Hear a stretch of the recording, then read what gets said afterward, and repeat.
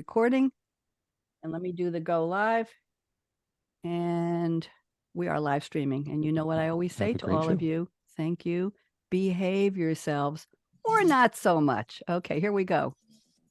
Is yesterday's future, which is already here, meet today's future, which is about to happen, and tomorrow's future, which could be just minutes away.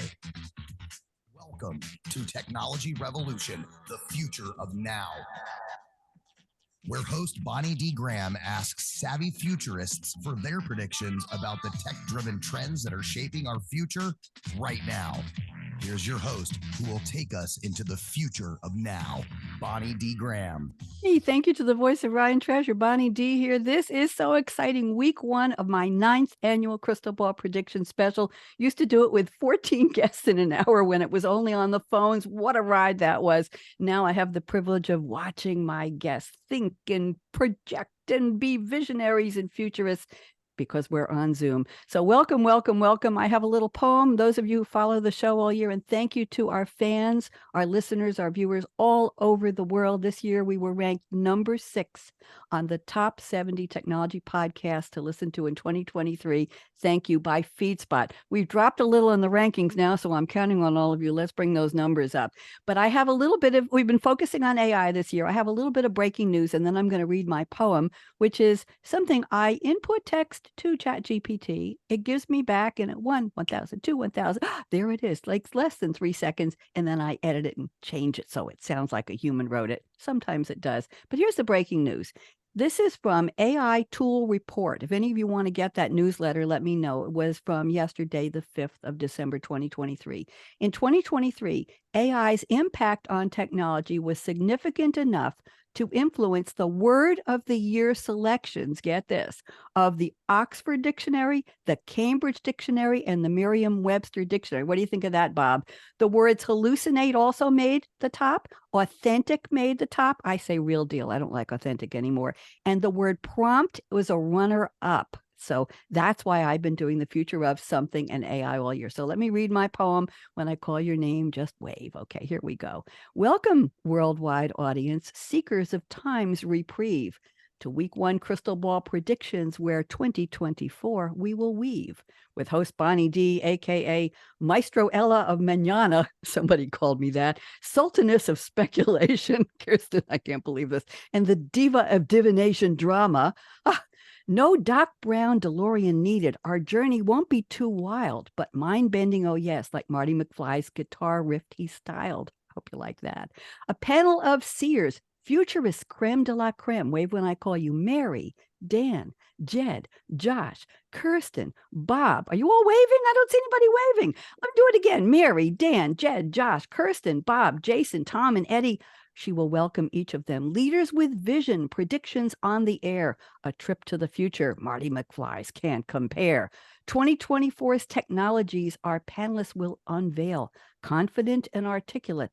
But will their words prevail? So fill your cup with Java Joe, Earl, Jack, or Dom, for technology revolution awaits. Our panels poised with aplomb. Let me see you all have aplomb. There you are. Join Bonnie D with her mic in red. She'll lead us into 2024, wishing you all a great year ahead. What'd you think of the poem? We get a thumbs up on that one? What'd you think? Everybody liked it? Any oh, okay, everybody, good. When I have my notes in front of me, I can only see half of you. So when I said I couldn't see you waving, don't be mad at me. Okay, so I'm going to do some very quick bios and just wave again, hello, and then we will go into our predictions. It's going to be 4 minutes apiece, so let's get started here. Mary Nunnally, the fiery co-founder of the Lavender Dragon team, a force in the world of innovation and creativity. She brings playfulness and passion to everything she does. Welcome back, Mary. Dan Geller is here, Chief Creative Officer for Agency Renegades. I want to say it in French, Dan, Renegades, a regional brand strategy and marketing firm helping high-tech, e-commerce, and B2C organizations define their difference, grow their business, and leverage generative AI. Welcome, Dan. We have Jed Taylor, the owner of X with the letter Explore Strategic, assisting companies in building and launching new products, former president of the small letter U Genius Technology, original creator of a novel video teller solution for banks that he sold to NCR. Woohoo! Welcome, Jed. Josh Leith is here, senior product manager for the thermal robotics at Yaskawa America, Motoman Robotics Division. Josh was attracted to robotics and automation due to the exciting progressive technology and the market need for expanded, efficient manufacturing. Welcome, Josh. Kirsten is here. Kirsten Boileau. I did a radio show with her for years and years and years at SAP. She is a social selling and learning and development consultant who built her career over 17 years at SAP, where she drove and managed their multi-award winning global social selling program. And she recently launched, yay, Kirsten, Tyro, Tairo Consulting. I know you're getting clients and I'm happy for you. Bob Ficken is back, founder of Ask-HR, Ask HR Consultancy. 20 years, is that all, Bob? Of HR leadership experience in retail, semiconductor, software, higher education, solar energy. Wow, you get around. Healthcare, defense contracting, B2B consulting, and aviation manufacturing. How about that? Welcome back, Bob. Jason Palmetier is here, speculative fiction author. We got an author here today, focusing on the impact of emerging technologies on society, writing short stories, novels, screenplays, independent comics, and graphic novels. Get this, everyone. He previously worked as a software developer. There you go. All of you, there's seeds for novels in you. Tom Madonna is back. VP, I get all choked up when I see you, Tom. VP Industry Advisory at SAP. I've known him for years. We did many radio shows together. He's an innovative executive with extensive experience in business development and revenue generation through effective operations management, as well as a professor. Welcome, Tom. And Eddie Vincent is here. Eddie and I go with so many people he's brought to my shows over the years, mostly authors. He's a publisher. He's the co-owner of Encircle, ENCIRCLE Publications, owner of ENC Graphic Services. He helps and supports self-publishing authors, and he's the president of the IPNE, that's the Independent Publishers of New England. And Eddie recently invited me to be his guest at the IPNE conference, where I met some very interesting people. So how did I do on the bio reads? Anybody want to give me a round of applause here? What'd you think? She reads. I sat up all night rehearsing your bio. No, I didn't. I'm a good cold reader. There you go. I used to play the piano like that too. Let's get the party started. Mary Nunnally, speaker view. Let's start 3-4 minutes. What do you want to tell us about? Mary, welcome back. Thank you. Excited to be here and so much to cover in just 2 or 3 minutes. So I've got two predictions as it relates to learning and development and education. The first one is kind of hot off the press with Meta just announcing their version of their AI powered glasses. And I know that there's some discussion about privacy and stuff, but in the terms of learning and development, I'm thinking of like some of our clients who are sending technicians out into the field trying to fix, big machines or different things. Having these AI glasses where they can take a video, send it back to somebody on their help desk, get an AI response, and solve the problem could be game changing. Yes, there are privacy concerns, but in the world of corporate, especially, this could be really a powerful tool. In terms of K-12 education, again, I would say some guardrails need to be put in place. But again, the way that the students can interact with each other, interact with the world, have conversations, create interviews. In the past, I've talked about, creating chatbots that allow you to interview somebody from the past. Now, with these glasses, you could really bring that to life. So that's my prediction, number one, is that these glasses, once we get the privacy thing worked out, can really change the space in learning and development. The other prediction is just kind of building on what I had mentioned on the last show is using the chatbots that are available for anyone to create to build these really robust, individualized learning experiences for students, especially again in that K-12 space where they can talk to people and bring, for example, history to life. So many of us snooze through history. I ended up being a history undergrad major, but in school it was so boring because it was just memorizing facts. If we can build these bots, you can interview the people that were there, you can experience the event. So my prediction is within the next year or two, you're going to see much more of that happening in the education space. Mary, you're ahead of schedule there. You get another minute or so. So I'm going to ask you, Mary, listen to this, Mary. I'm going to ask you a question. If Okay. you could interview somebody from history, no longer alive, as far as we know, we'll just make that caveat. Dan, you can smile now. Mary, who would that person be, or the top two people you would like to interview through this new chatbot? What would you do? I would want to interview Catherine the Great because she was just such a dynamic force in terms of shaping history. And I would also want to interview um, John Pertwee. Who is that? John Pertwee is a an actor. He was quite accomplished. His son, Sean Pertwee, is also an actor. But because you know that all my quotes come from a specific TV show, he was also my favorite Doctor. He was the third Doctor, and I would love to hear about his Who? experiences. Who?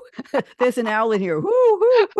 Mary, what question would you ask the actor? What would be the question you would ask him? So the question I would ask the actor is, what was it like playing an iconic character, and could you ever imagine how popular that character would become in over 60 years?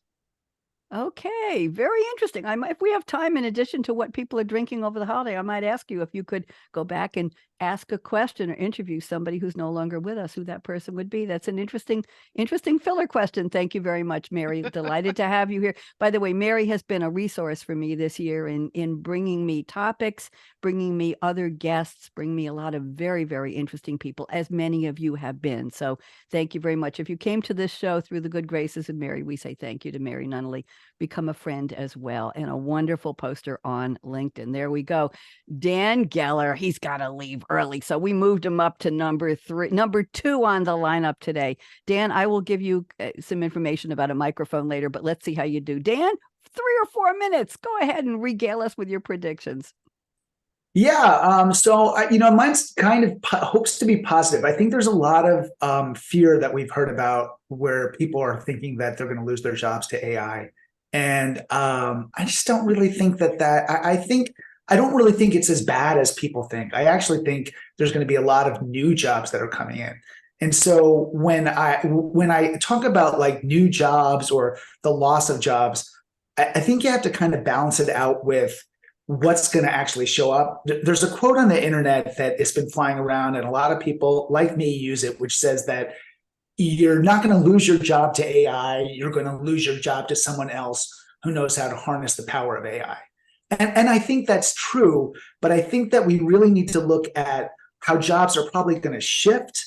And I'd say that that shift is happening now, but I think it's also going to happen over the next 20 years. And so when I think about the jobs, yeah, some jobs are changing right now. I would say I would probably, if you're really worried and you're a data entry specialist or you're a travel agent, and these are things that have been happening previous to AI, yeah, those jobs are probably going to go away. AI does very simple like data processing really well, right? We can go on the internet and buy our tickets and stuff. And I'm sorry, travel agents, but that is something that's been going away for a while.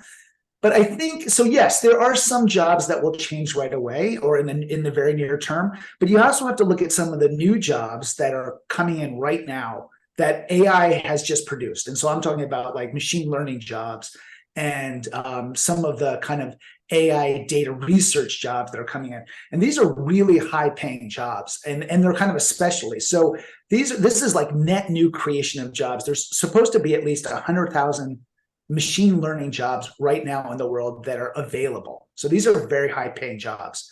Then behind that comes what's going to happen to all of the good careers that are out there and how will they change? So I don't think we'll lose jobs. I think that, for example, if you're a doctor, you'll have AI-enabled tools that will allow you to do more research and we'll be able to figure out how to get to a solution that helps solve people's problems. Or if you're an attorney, there are tools. I was at MIT the other day, for example, and there was an amazing tool that helped do some research that was through AI that validated legal findings. So I think that lawyers will be in the near future, very near future, will be, empowered by some of these AI tools. And then, so that's kind of the third category. The last category I would say is that there's all these jobs that we don't yet know will show up that I think are going to show up over the next few years. So for example, I really believe that there will be new forms of kind of personalized, and I've talked with Mary about this a lot, personalized coaching for students and for educators, where we will have agents, AI agents working with us, but we'll actually have teachers and experts that are really helpful at kind of crafting that experience for a given student or a given student body. We'll also have, let's say AI ethicists that are working with new tools. So I think that there's going to be a lot of jobs. And I think the positive thing is you just have to kind of keep focused on all this stuff, keep training on it, working on it, and expecting that it's going to change. But I think if you're in the mix, it's a good outcome. Thank you, Dan. 2 questions. If you could interview somebody in history through one of Mary's chatbots, who would that person be? And the first question you would ask, what do you think? I would interview Steve Jobs. I think that Steve Jobs, first of all, create a revolution with the iPhone, and I think he was way ahead of his time. I know that he and a bunch of people created it, but he gets credit for it. I would probably ask him if he had any insight into what AI was coming around, which I don't think he did, and if he was empowered with those types of opportunities back then, what would he have done different with the iPhone, and how does he think that it would have affected our lives? And also, what are some controls he might have put on it so that we felt a little bit more safe about our privacy and things like that? Thank you. I would ask him where he got his wonderful black turtlenecks and who decided all the packaging should be pure white. That's what I would ask him. Okay, thank you. And by the way, this show was originally, Kirsten remembers this, Coffee Break with Game Changers, which I started for SAP in 2011. The first show, live show, was October 5th, 2011. And 2 hours after that first show, we found out Steve Jobs had passed away. So interesting. That date is seared in my mind for several reasons. I'm also waiting for my gold watch from Apple because I've been a customer since 1988. And if I tell you how many tens of that, we're way up over 100,000 now, maybe 200,000 in investment. How many Macs? I don't know. They're holding up plants and clothes right now. Okay, thank you, Dan. If you have to go, we are sorry. You can leave at any time and just wave goodbye. And Dan, I'll send you some microphone information afterwards. Happy holidays. Let's go to Jed Taylor. Jed, I just met you a couple weeks ago. Happy to have you here. And why don't you go ahead and give us your predictions? Thank you. It's good to be here. I appreciate the opportunity to share some ideas. If I have time, I'm going to share a potpourri of 3 different ideas in slightly different topics. But the first one is, I feel like AI up to date has been focused on the creation of digital assets, such as written content, information, images. I believe AI will begin to impact the physical world, and it will really transform our lives. And so my first crystal ball prediction is that we will marry advanced multi-material 3D printing with problem-solving capabilities and the computing capabilities of AI models to create physical gadgets that we can use to solve real-world problems. So AI models, they have the ability to virtually analyze a lot of different solutions, and then they can take previously successful designs and bring all those things together to build a new 3D model. That 3D model then can be printed on a 3D printer. So and then given the capabilities of a 3D printer, you can actually do that at home. So imagine where you can create, problem-solving devices at home. And the AI prompt essentially is what your problem is. So for example, you could say something like, I'm teaching a college freshman chemistry class, and I need a visual aid that's going to help me illustrate the Heisenberg uncertainty principle. Or you're going to say, I dropped my earbuds under my car seat and I can't reach it. Here's a photo. I need a tool to help me retrieve it. So bringing together the model, the AI model, and bringing in physical capabilities to bring those together, I really think will be a game changer. My second crystal ball prediction is somewhat similar, and I hope I'm not taking anything from Josh, because he's the manufacturing expert, not me. But my prediction would be that we will apply AI to micro manufacturing to create customer specific solutions or customized products. So in the past few decades, manufacturing has really exploded in Eastern Asia. And so the long shipping really has required us to focus on mass manufacturing. But as manufacturing starts moving to the North America, I think AI will be used to train existing AI models will be trained on product designs and on customer input, and create customizations that could be done very quickly without the aid of a lot of human involvement to create these custom designs. So, why do mass marketing or mass manufacturing when you can do micro manufacturing with the aid of AI? And my last crystal ball prediction is very different. I think that the generative AI particularly will follow a similar path to what the music industry went through regarding copyrights, royalties, and content creation. So in the early days of music streaming, for those of us that were around, Napster really disrupted music by making music accessible to everyone for what we believed was free. And it appeared that for a time that all of the copyright rules were thrown out the window and users were downloading everything without any royalties, and the artists were left with nothing. I think generative AI is in its Wild West phase right now. In fact, last month, there was a group of nonfiction writers that filed a complaint against OpenAI and Microsoft for using copyrighted material to train their models without permission, without royalties. And so we're in that Wild West phase. But the music industry figured out new streaming models, and they're able to restore the security for those copyright works. And I think right now it'd be very difficult, and people have no incentive to actually go in and try to get basically steal music for the most part. So my prediction is that I think the AI models will go, or the AI business models will evolve to make it a little bit more easier to protect those copyrights. So let me give you an example. Adobe and Getty Images are emphasizing, as they're going to market, that their generative AI engines creating their images have only been trained on licensed content. So that really protects those that are using their models to get images. They're protected. And so I think in general, business models will take a little bit of time to catch up to where the AI technology is going. But as we evolve, I think there's going to be a transition where we get out of the Wild West and we get into sustainable business models that protect the creators.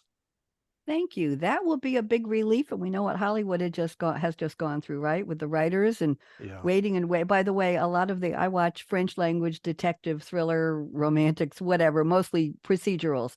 And they are now catching up to shows that have been produced in 2019, 2020, 2021, 2020. So I'm getting season 4, and they're now streaming them and catching up. So I don't miss my regular network shows quite so much. There you go. Jed, which historical figure no longer with us would you interview in one question, quick? It would have to be Abraham Lincoln, and it would be an understanding of how he went through his personal turmoils and still continued on with his vision of the future for our country. Very well put. Thank you, Jed. Very, very interesting. I can't wait for micro tools, and I do lose stuff in the car seats once in a while. What can I tell you?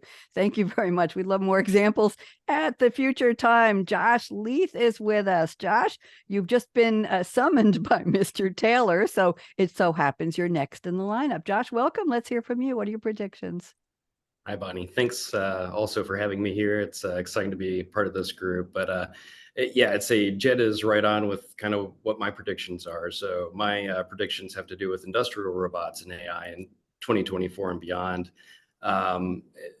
Anyone that's familiar with industrial robots know that it has to be a very repeatable process, something that requires a lot of lines of code. Somebody has to sit down and decide what that repeatable process is, and that robot's going to do that process again and again and again very well for a very long time, right? So if it's not repeatable, the robot doesn't know what to do. It can't think. That's where AI comes in. We've had a lot of startup companies, a lot of our even customers come up with different types of AI for very specific tasks.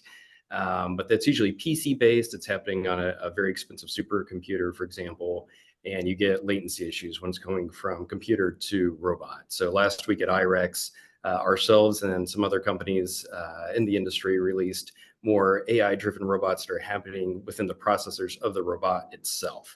So what that means is instead of lines of code that you create, it's all task-based. So you're teaching those robots what to do, what to look for, how to sort things. So this would be great for applications like pick and place, parcel sortation, so your UPS, DHL, FedEx of the world, food preparation. I'll get a little more into that here in a moment. but even inspection of things like welds, so the welds on a car, the paint on the car, inspection of produce, circuit boards, etc. So with that food piece, though, in my opinion, that is the largest potential area for automation growth because of AI. So this is everything from processing, like at factories, where some of that automation is done today. More so, though, preparation work, distribution, grocery stores, grocery delivery, for example. Something. If I want to pick out the best apple or the best batch of strawberries, we don't trust robots to do that today. Where AI is going to open that up more for everyday use. Processing alone is 21,000 U.S. companies with $750 billion worth of revenue. But again, I think on the restaurant side, that's even more interesting because restaurants, it's very highly variable work that's going on. It's not the same. One person wants their burger cooked differently than another. So that'd be something that'd be very hard to automate today. But some stats I pulled up from the National Restaurant Association, there are over 1 million U.S. restaurant locations in the U.S. 70% are single unit operations. So it's not McDonald's budget, right, to try to automate things. The third largest industry by employment is fast food, and restaurants as a whole make up about 6% of the U.S. workforce. So that's a huge number of highly repeatable potential jobs. You say, well, kind of like what Dan was saying before, what about those jobs? Well, the average job tenure of an employee within the industry is less than 2 months. So these are jobs that are typically high churn anyways, that somebody be more interested in doing something with higher value with their time, of course. The participation of low-cost high school labor is nearly half of what it was a decade ago. So the high school kids that maybe filled a lot of those roles for the summer or winter, that labor doesn't exist anymore. They're focused on schools, they're focused on sports, they're focused on gaining other skills rather than spending time in the restaurant. It's about $6,000 to replace a restaurant employee. 51% of owners say hiring, training, and retaining staff is their biggest challenge. And 170 million Americans eat out every day. So again, just all to say your biggest potential area of automation, thanks to AI, is going to be within that food space. Also part of that too, if you look at indoor farming, so all those fields that were full of corn and beans and tomatoes before, sprayed with pesticides and everything else that everybody wants to try to avoid, a lot of that's moving indoors. So you see the greenhouses, but now vertical farms where you can actually introduce more robotics. And again, AI looking for what's the ripe tomato, what's the perfect strawberry. And there's a few companies out there today that are doing that. But again, this task-based AI is really going to expand those areas. So yeah, more and more non-repeatable tasks that can be automated that will be automated in the future. To kind of feed off what Dan was saying as well with jobs that don't exist today. It was recently I was reading a McKinsey report, and I apologize, I don't remember the date, but it's something like 2040, 30 to 35% of the jobs that exist in 2040 do not exist today. So that's how fast we are changing. There, the bank teller kind of thing, right? There's so many bank tellers 10 years ago. It's a lot less today. Those people aren't unemployed. There's still 2 open jobs for every 1 employee looking for jobs right now. It's just there are other new jobs, maybe in the AI space or maybe in the art space that will be filled by those employees. Thank you. Wow. I have 2 questions for you. Number 1, I thought I was hungry and now I'm not anymore when I heard about this. I'm not one of the 5 billion who go to takeout restaurants. Josh, I'm going to flip the question for you briefly. If Sure. you could interview a robot character in a movie that was made 5 or 10 years ago, what character, I realize I'm springing it on you. What Yeah, character, that's what would you ask them? Is there from a iRobot or something? You want to think about it and come back to me later? the first one that comes to mind is Wally, right? So I have 2 young children. They love Disney. Wally's kind of this emotional robot character that's kind of becoming more self-realized. So, how would you, talk to Wally in such a way to say, what is it that you see going from machine to more of a personality, right? And that kind of lies in that creepy side of the AI space, I guess. But that's the first one that comes to mind. Thank you very much. Let's move on to Kirsten. Kirsten Boileau, so happy to see you here. I hope the new business is going well. Why don't you give us your 3 to 3.5 minutes of predictions? I want to make sure we get everybody in. Go ahead, Kirsten. Thanks, Bonnie, and so wonderful to hear everybody's predictions so far. And I wanted to jump in so many times and say, yeah, I saw that, or I heard that, or I've experienced that.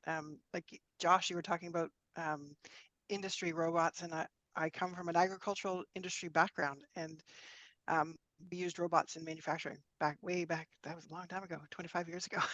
we were using them. So my first prediction actually has something to do with what Jed was saying in regards to taking, people's needs and problem solving and using that AI to create physical models or physical tools to be able to help them. And I'm talking from a learning perspective, but I think AI can really be used to develop accessibility options for people for those who are deaf or blind or have learning disabilities or whatever they may need. AI will be able to respond to those needs in such a way that doesn't take away from the learning itself and the impact of the learning, but meets their needs in such a way so that they can get the most out of the learning. That was my first prediction.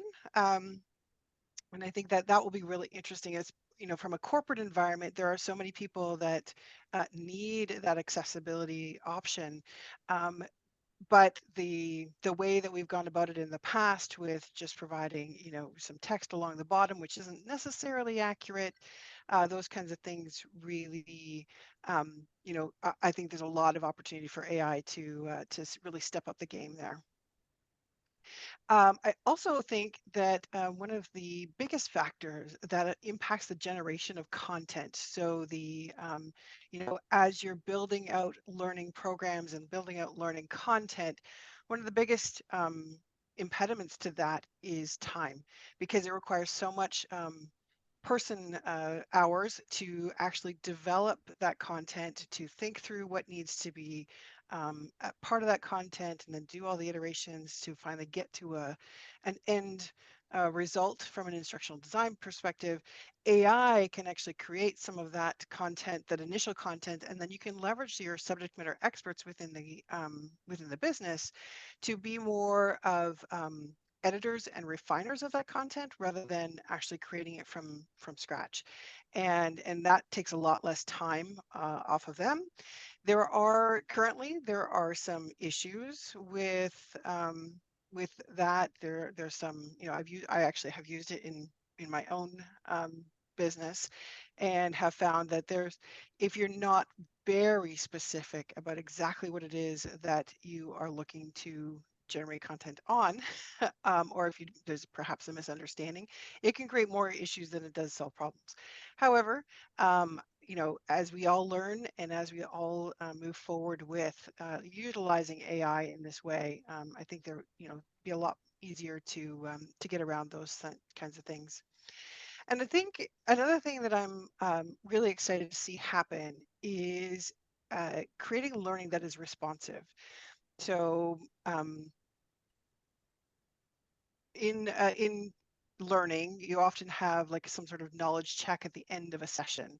And if an employee or the participant perhaps answers only part of those questions, or doesn't get quite all the facts straight, or doesn't seem to really be able to apply what it is that they need to apply, or not applying it in the right way, for AI to be able to be responsive and guide them towards a next step or a review of something without a program manager having to step in and say, okay, no, you need to go back and take this again so that you do understand it. I think having that very responsive learning in technology would be really, really interesting to see as a way to really elevate the learning and really elevate the impact of that learning on the business.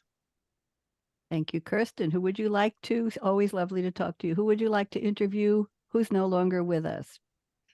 Queen Elizabeth, actually. And I would love to ask her, a Canadian here, sorry. I would love to ask her if she has any regrets, whether it's about decisions that she made, or how she, had to manage things in her own family, all of those kinds of things. There's a book and a movie in there, Kirsten, a new one. Maybe it will be the truth for a change. Thank you, Bob Ficken. We're ready for you. Go ahead. I'm ready, and I bring presents for the audience. My first prediction is that within the next 15 to 20 years, we will have 3-day work weeks. That's per no less than authority than Mr. Bill Gates in a recent interview with Inc. Now, I think we'll have to go to 4-day work weeks first as kind of a precursor to that. But he says that thanks to AI, we will have 3-day work weeks between 2035 and 2040.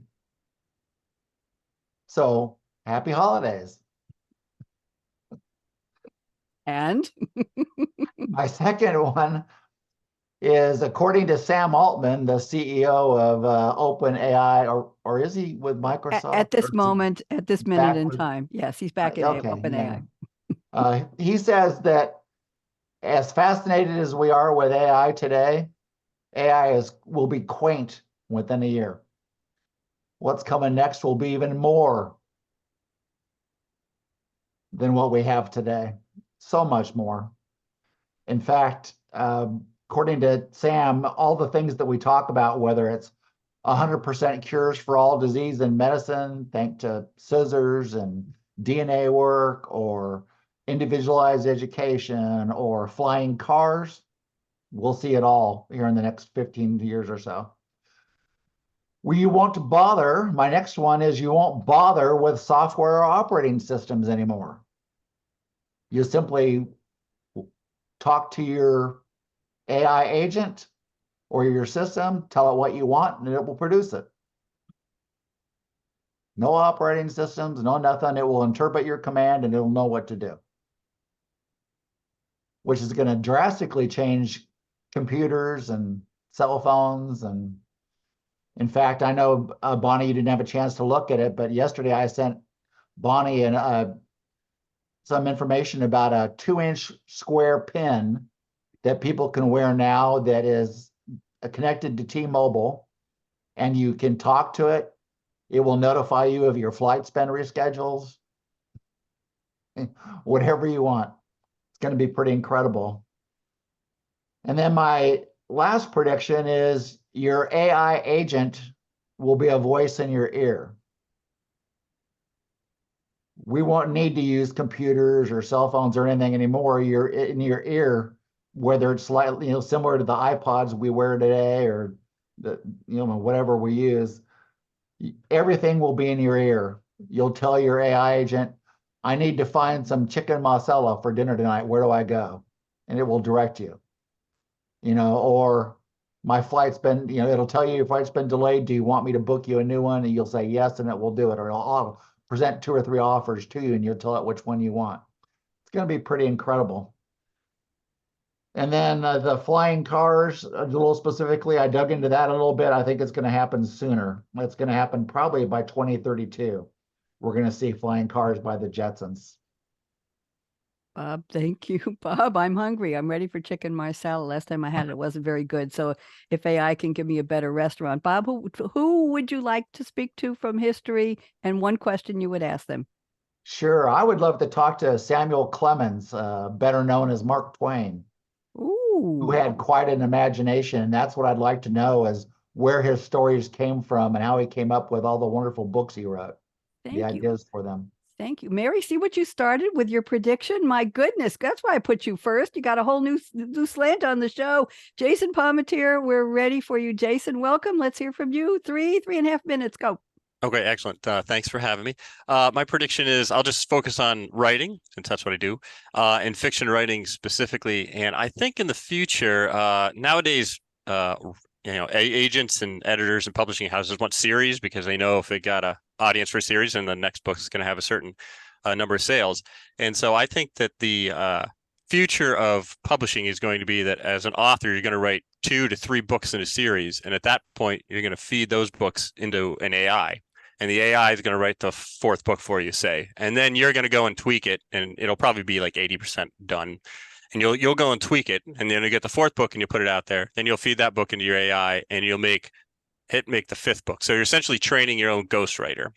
And by the time your ghostwriter is trained on like the 4th or 5th book, it'll be able to spit books out, and all you'll have to do is kind of essentially feed it the beat sheet, like the inciting action and the midpoint, and tell it what characters are supposed to be in it. And it'll create the books, and you can then churn out the books, because the publishers really want, like, there's a series my kids read called Warriors. It's about cats and stuff, but there's a bazillion Warriors books, and they produce so many of them, that they have to have ghostwriters behind, producing multiple ones per year. But now you as a writer yourself can have those produced by your personal ghostwriting AI and keep up with that demand. Which is, some people are like, oh, it's terrible. But as long as you're in control of that AI and you still have all the rights to your stories and stuff, then there's not really a problem with it. That's actually freeing. I know a couple of writers who are kind of stuck in their series. Like they want to write a different book, but that's right. The agent and publisher, they want the next book in the series, but they would be freed now. They could create that book for them while they work on a new series. And what that also does is it allows you to build up this sort of pantheon of series that you're producing, or your AI ghostwriters are producing, so that you get more income and can maybe actually make a living as a writer, not necessarily as a major published, like bestseller, but as an independent writer.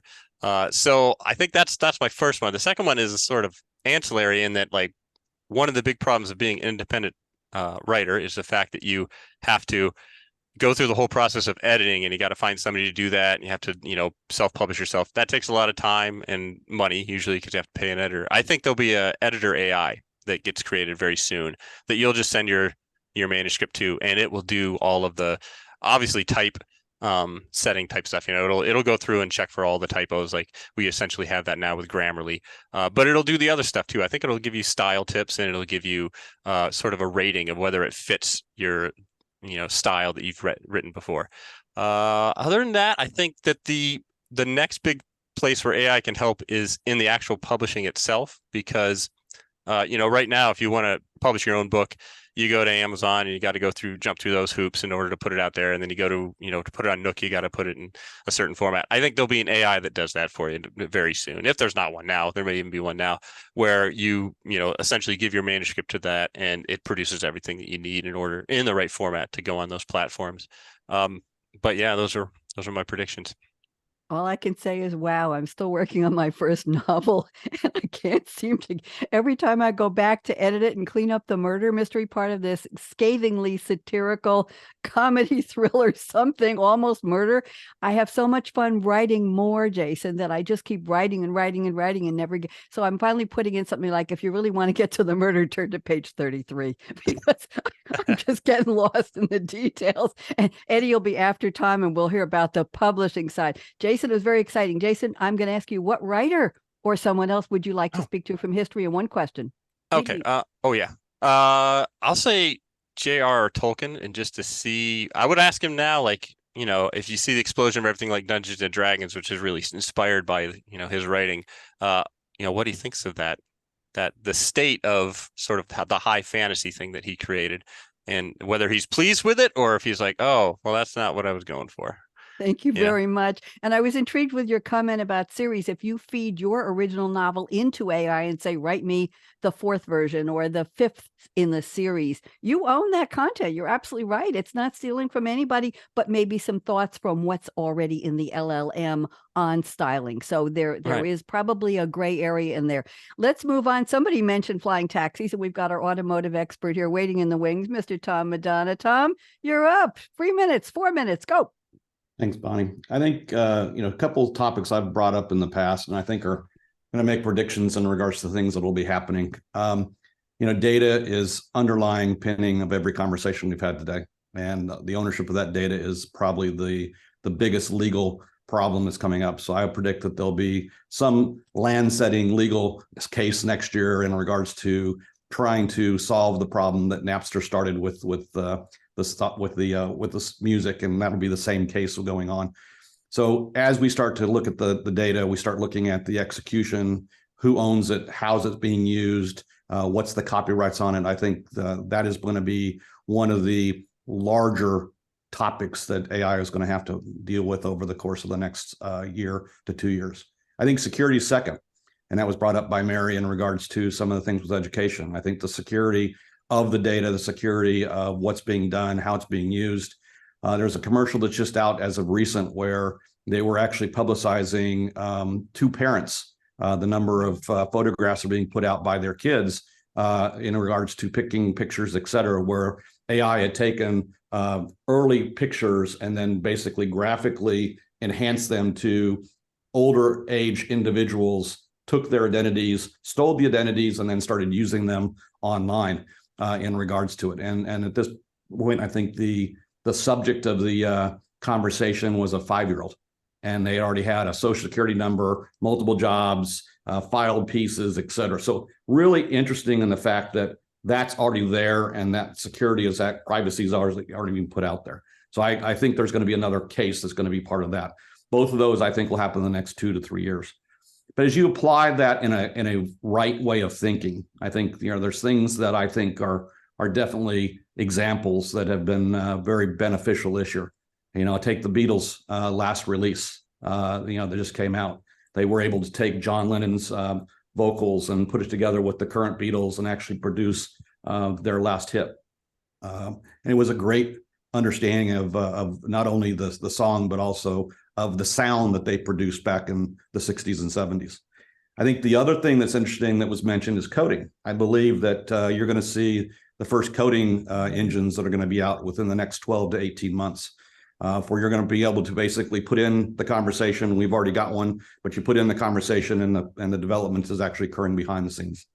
I think there's going to be another one that's going to happen within the telecom industry, where you're no longer going to have to worry about switches. You're not going to have to worry about which network you're on or which provider you're going. Your phone will be smart enough to basically retune you to wherever it needs to be at the lowest common denominator at the lowest price. And then not only do you get that, but then you get that back as a refund back onto your bill. So I think there's a lot of things that AI is going to provide. And I believe that the mundane, repetitive processes that are currently in jobs today are going to go away. So again, I go back to the conversation of the short order cook or even the AR clerk. Those tasks will be gone, and it'll be the analytics that's going on with the data that's being retrieved back from AI that is going to have to be done an analysis and actually then acted upon. That's going to be the next step in AI. Not only the doing, but actually the thinking. Thank you. What about flying taxis, Tom? We wanted some automotive predictions from you. Are they coming soon? Flying taxis will be out in the next 2 years. Whether or not they're operationally commercialized is going to be part of it. You can see that with the Honda commercial. They've already got the active clone out. It's actually working. It's probably been in prototype for approximately 6 to 9 months. But is it going to be commercialized? There's a lot of things that have to happen with that first. Secondarily is it's not AI driven. It's still going to be driven by a person. So yes, you're going to see the flying taxi, but then the question is going to be an auto flying taxi. It's taken the auto car a while to get out, and the autonomous car is still working through pieces. There was a picture on the internet this past week of Tesla's manufacturing plant in California, and the 187 burnt out vehicles that were basically laid out based upon the engines and the fires on the batteries. None of those were autonomous. They were all basically driven. So there are technology pieces that we are working through on a day-to-day basis, but I think the flying car and the flying taxi is just around the corner. Thank you. Which person in history would you like to talk to? And one question, Tom? Well, two of mine already picked, so I'm going to go with the third, and I would say Frank Herbert. And the reason I bring Frank up is the release of the third copy of Dune on a movie is coming out. I spent a great deal of my teenage years and 20 years reading all 4 or 5 books. I think the question would be, what drove him to write that? Secondarily, what would be his next step in the evolution and the creative processes? Because you think about where that book started, and then what came out after. Star Wars came out after, Star Trek came out after. So that book basically laid the groundwork to what I would say modern day science fiction today. Thank you very much, Eddie Vincent. You've been so patient. Let's hear from you. We got a publisher in the house, everybody. We've been talking about that. Books and fantasy. And go ahead, Eddie, welcome. What are your predictions? Eddie? Eddie, you're muted, Can you hon. hear me now? There, we can. Go ahead. Yes. Okay. Well, you guys covered everything already, so it's kind of tough to come up with a new one. But I think in the publishing world, I think AI will help authors find their audience, because they'll help them market to the people that are looking for their types of books. That's going to be the biggest thing, is going to be on the advertising side. And I also think that AI will help with the prompts with the stories. If someone has writer's block, we'll say, I think they'll look at their previous books and they'll say, hey, try this, and it will get them thinking again. Those are the types of things I think AI is going to help the most with. Eddie, what about you as a publisher? Are you using AI? Is there any helping your business in any way? Well, it will help on the marketing side of things. And as a publisher, I'd be very careful on taking a manuscript that has been created by AI or even partially created by AI, because there's a lot of copyright issues with that. So what would I be able to copyright under our imprint? It's always the author that gets the copyright, but a lot of times the publishers do the copyright. So there's copyright laws that have to be concerned with. And I don't know if I'd take a book that has been done with AI, at least not where it is right now. So let's say if Jason Palmatier was putting in his first 3 books in a series, and he put them into AI and he said, bring me a 4th book in my series, and he could vouch to you, Eddie, as a publisher that, let me go to everybody gallery view here. If he could vouch to you as a publisher that he, as the author, was the sole owner of the content that he put into AI for that 4th book, would you take that 4th book and publish it for him? My guess is no. Talk to Jason. I'd really have to have a conversation with the author and look into the legalities of it. Interesting. Okay, we've got a possibility for a future show here. Should we do a show on, we got to get back to AI and writing and publishing. So Eddie and Jason, you want to come and do a show with me in February, and bring 2 more of your authors, okay? And we'll do a show. Yeah, that'd be great. I love the controversy of it. Eddie, in history, to whom would you like to ask a question who's no longer with us? Well, I don't know if he's with us or not, but I think he's got Tom Clancy. I don't know if he's. I'd want to know where he got his ideas for all his books. Where did the inspiration come from? Very interesting. Thank you all. I'm amazed at, well, I didn't invite you all because you had the same topics or even overlapping topics, but we never know with these prediction shows, right, Tom? You've been on and Kirsten have been on. We never know what people are going to say or where their future vision is going to go. So it's very interesting. We had so many interesting. I was watching the nods up and down. We do have, oh my goodness, we have 2.5 minutes left. I want to use that. So let's go to, what are you planning to drink that's special over the holiday? And let's just go really, really fast around the table. I'm going to go in the original order. So Mary, what are you drinking? I'm going to have Shamadan tea, otherwise known as hot slivovitz. Whoa, you have a recipe real fast for us? It's slivovitz, a little bit of sugar, some water, you boil it, you drink it, and you burn out your throat. Thank you very much. Okay, you just it's an Eastern European plum brandy. Thank you very much. Jed Taylor, what are you drinking? Hot chocolate with the mini marshmallows. And I don't drink hot chocolate very frequently, but during the holidays, it's a special treat. Very nice. What do you use for the chocolate part? Is it dry cocoa when you mix it with sugar, or do you have a special blend? No, dry cocoa. The cocoa's not as important as the marshmallow. Ooh, okay. Mini, good brand. Yes, pay a little more. Let's go to Josh Leith for holidays. What are you drinking? Oh, probably lots of hot cocoa too. I like that one. We like to go to a lot of the outdoor stuff with the kids, and there's always hot cocoa at hand, right? So that's a favorite of our family at the holiday. Anybody mixing it with a candy cane with a little bit of mint in there? No? Yes? Maybe. Used to be. There's an idea for you. I have an idea all the too. Adult beverages. Well, we didn't get to you yet, Bob. That's your job. Kirsten, what are you drinking? I like the Jack Frost cocktail. Yeah. It's lemonade, vodka, Prosecco, ice, and blue curacao. I think Bob might be writing that down. I see. Bob, you're next. What are you drinking besides what Kirsten just mentioned? Hot apple pie, one of my favorite adult drinks. 2 ounces, Tuaca, half a cup of apple cider, hot, stir with a cinnamon stick, whipped cream if you like. Tastes like apple pie, awesome. Very nice, and the aftertaste is a glow, right? Jason Palmatier, what are you drinking? I'll do hot chocolate too, but I mix in the holidays like Kahlua or something, some sort of alcoholic coffee or chocolate beverage. Just got adult. Tom, drinking? Start with eggnog and Thanksgiving, and then work to anything that's in my hand through Christmas. Eddie Vincent, what are you drinking? Just apple cider. It's plain old apple cider. Plain old apple cider. I'll give you all a clue. If you go on Amazon or anywhere, they make little a whisk that is battery run, and it has its own little stands on the counter. It's $15 or something. And if you put your heavy whipping cream into a little metal container, stick the container in the fridge first with ice cubes, then clean it out, put it in, and this thing will whisk in about a minute and a half. Whipped cream just enough to put on your hot chocolate or whatever you're drinking, and it's perfect. Add a little sugar.